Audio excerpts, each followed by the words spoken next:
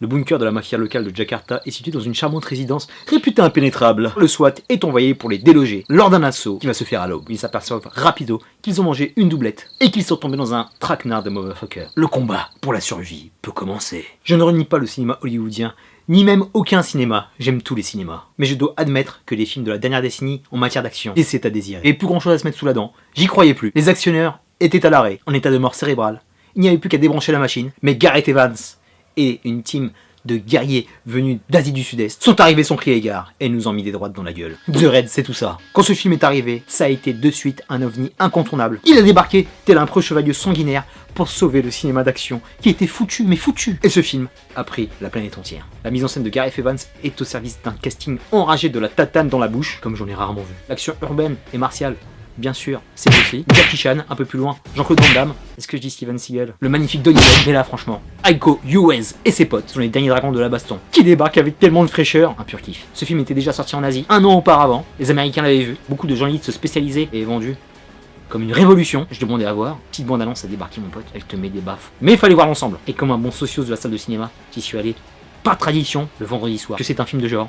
Et le film de genre, c'est le Friday Night. Et quelle folie! Quelle violence visuelle. J'ai pas été déçu un seul instant, contrairement à la salle où j'étais, où ça s'est vidé de moitié. Mais allez vous faire foutre, j'ai kiffé ma race. Les gens n'étaient pas prêts à se prendre ce feu d'artifice dans la gueule. Moi je l'ai accueilli à bras ouverts. Avec un low budget qui ne dépasse pas $1 million, le cinéaste gallois prouve qu'avec 3 francs 6 sous, beaucoup de cœur et de passion, peut mener à bien une entreprise de destruction massive du corps qui va ébranler les colonnes du ciel. Jack Burton. Et la mission est totalement accomplie par rapport à cet insulaire britannique. J'y vibrais comme jamais. Pardon.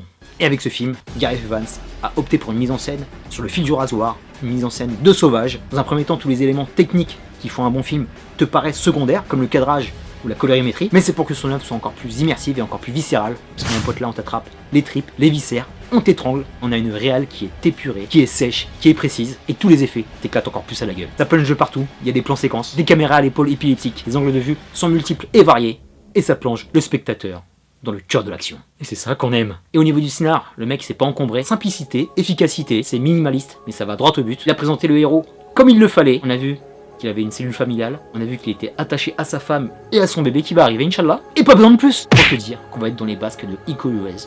De la première à la dernière minute. Qu'est-ce que c'est fort. Et là, il y a un véritable parti pris parce qu'on est dans une œuvre primitive. Il y a de la tension, il y a de la sauvagerie, et tu prends plaisir à regarder des têtes qui éclatent, des corps déchirés. Parfois, j'avais honte, qu'est-ce que c'était bon. Il y a quasi pas de dialogue, il y a que des cris, il y a que du suintement.